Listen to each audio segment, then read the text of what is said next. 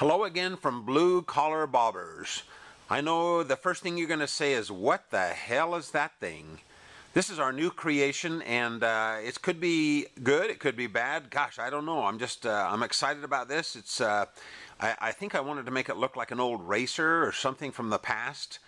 But right now it has that high-tech look to it, and I just don't like that. I want to rust it and make it look old. So I thought I'd share this video with you and see how we can make this thing look old and rusty and give it a lot of patina. I really haven't done this before, so let's do it together.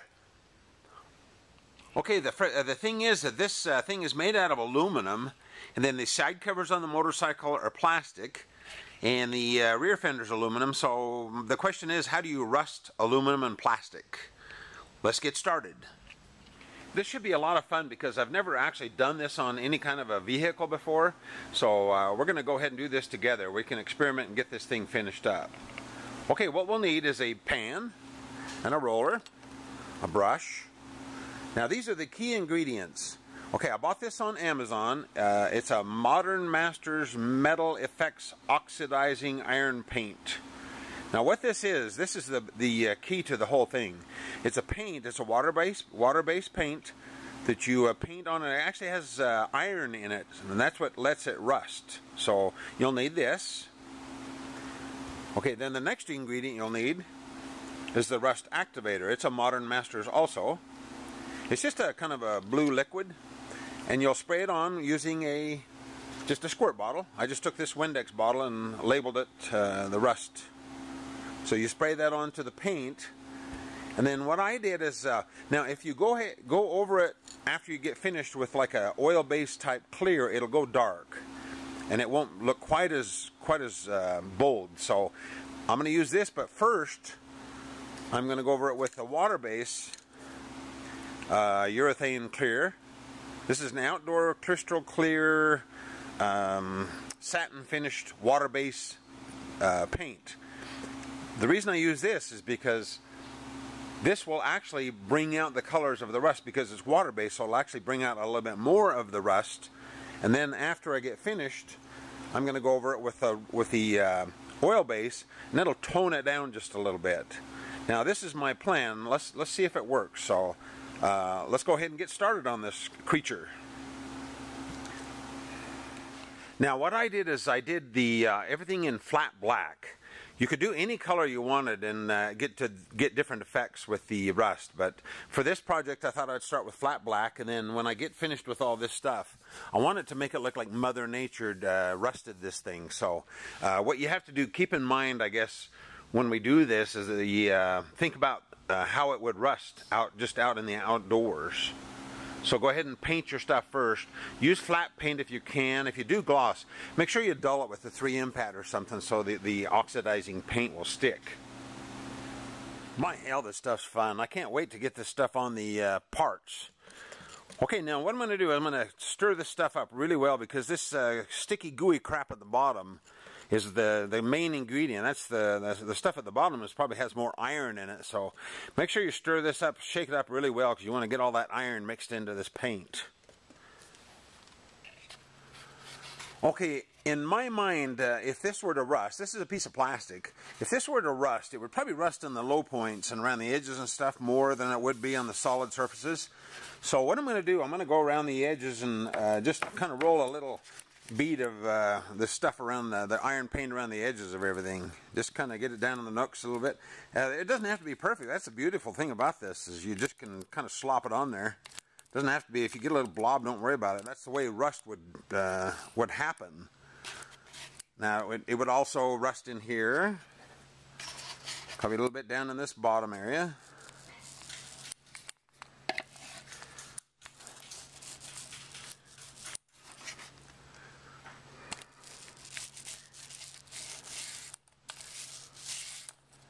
Maybe around the edges a little bit. Go ahead and do all the edges and the little nooks and crannies first.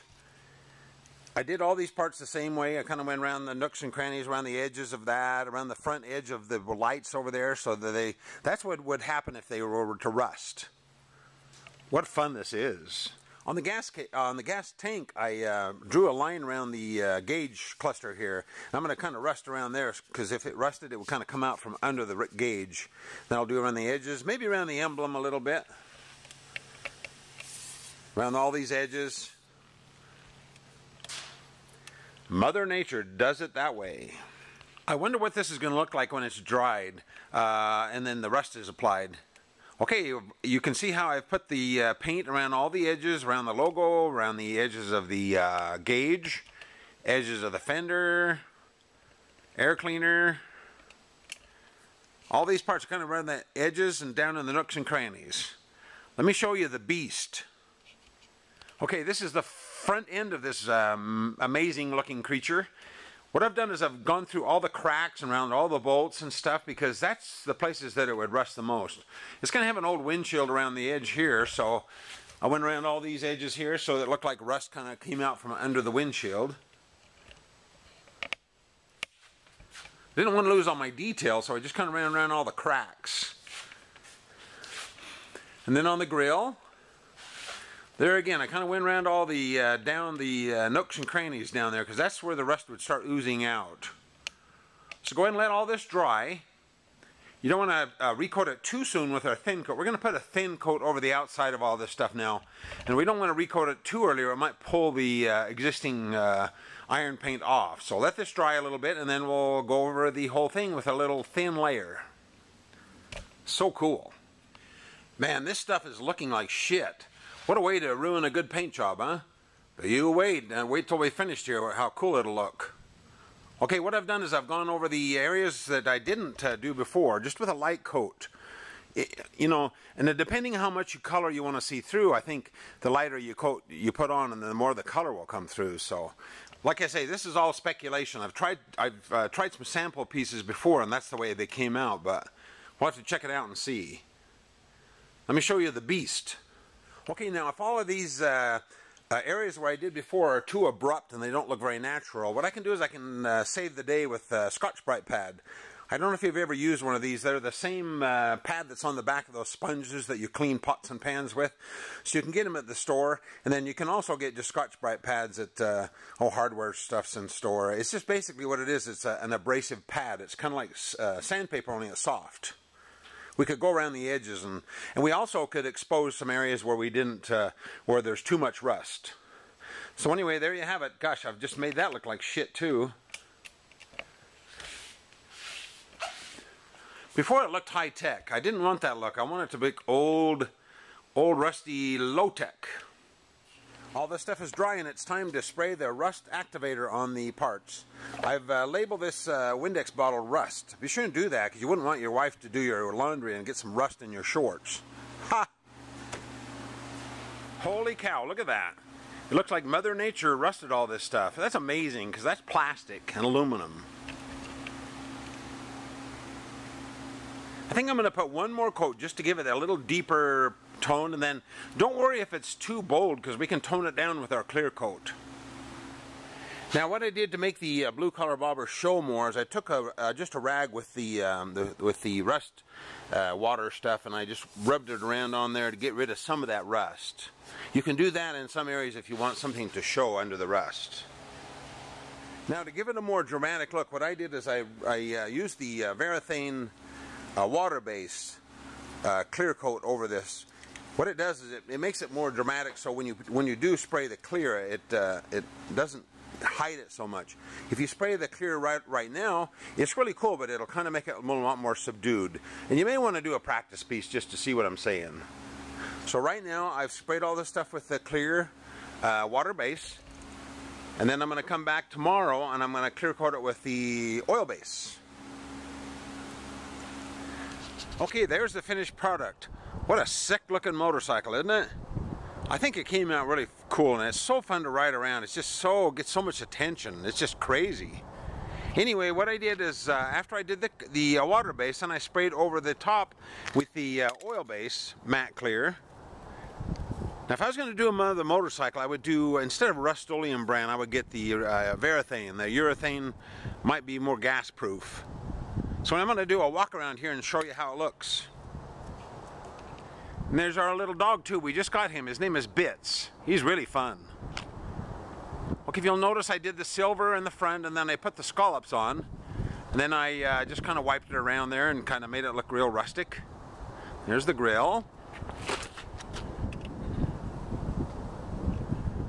It's really fun too. I even rusted the plastic side covers, the mirrors, the exhaust strap. This was really fun. It's a fabric exhaust strap, and I even rusted it. I didn't clear coat that either. I just left it rust. And here's the fun thing. I even did the seat. I just put it on there, and then I sprayed it on, and then I put a little clear coat after. The leather is cracking a little bit, but it really doesn't matter because it actually adds to the look. I'll come around the other side. Kind of looks different on the shady side. Did the numbers in silver.